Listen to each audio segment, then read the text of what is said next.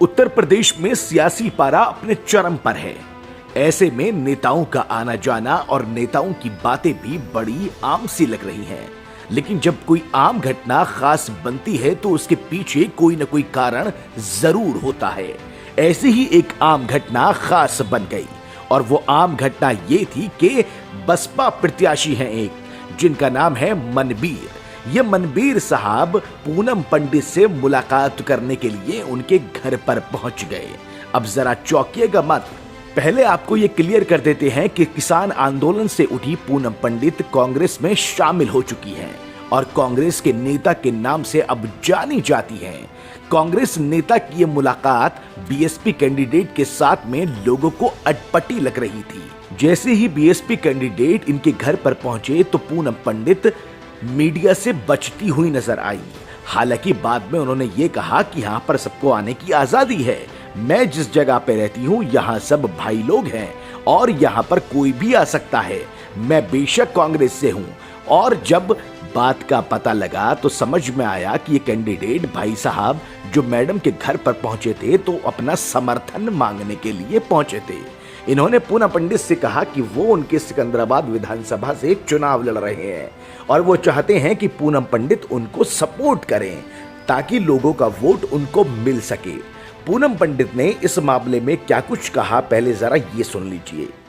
Party के जो अभी है ना वो नाम क्लियर नहीं हुए, बेशक मैं कांग्रेस से हूँ, लेकिन जो पार्टी है वो एक अलग चीज़ है। मेरे यहाँ मेरा गांव विधानसभा सिकंदराबाद में आता। मेरे गांव में मेरे घर समाजवादी पार्टी का नेता भी आएगा, बसपा का भी आवेगा और भाजपा का भी आवेगा मेरे गाँव में। हालांकि मेरे गाँव में आना बैन है भाजपा वालों को, लेकिन फिर भी भाजपा से भी आएगा, आम आदमी वाले भी आएंगे, कांग्रेस वाले भी आएंगे। एक परिवार में एक गाँव में आना उनका वोट के लिए, तो मेरे हिसाब से ये गलत नहीं है और जाना भी चाहिए एक दूसरे से। पार्टी एक अलग चीज़ है। मनबीर जो गुजर हैं, जो बसपा प्रत्याशी हैं, उन्हें आप किस तरीके से देख रहे हैं? मैं उनके बारे में ज़्यादा कुछ जानती नहीं हूँ। मैं सिर्फ इतना जानती हूँ बहुत संघर्षशील है, बहुत मेहनत किया। सुना है उनकी ज़मीन वगैरह भी बिक गई थी। एक बहुत मजबूती से उन्होंने काम किया, वर्क किया। किसान परिवार से ताल्लुक़ रखते हैं, इतना बड़ा परिवार है, सभी को साथ लेकर के चलते हैं और हेल्पफुल भी है, लोगों की हेल्प करते हैं। आप क्या, जैसा मुझे पता है।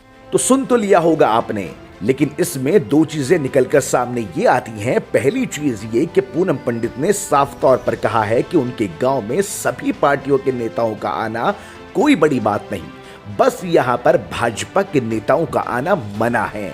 और दूसरी बड़ी बात ये रही कि पूनम पंडित ने यह भी कहा कि वो कांग्रेस की नेता जरूर है, लेकिन अपने इलाके में जिसको भी लोग वोट दें ये सोच समझ के दें कि भैया उनका विकास कौन कर सकता है। यहां पर सवाल जरूर खड़ा होता है। अगर पूनम पंडित कांग्रेस की नेता हैं तो फिर वो अपने कांग्रेस के प्रत्याशी के साथ में चुनाव क्यों नहीं लड़ रही हैं, या फिर यूं कहा जाए कि उनको सपोर्ट क्यों नहीं करेंगी।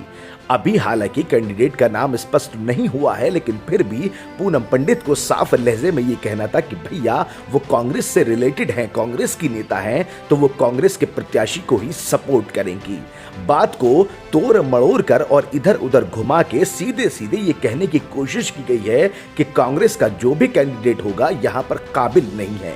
काबिलियत अगर नजर आती है तो बाकी पार्टियों के कैंडिडेट में आती है। हम तो सवाल जरूर खड़ा करेंगे कि आखिर पूनम पंडित ने कांग्रेस की नेता होते हुए इस तरह का बयान क्यों दिया।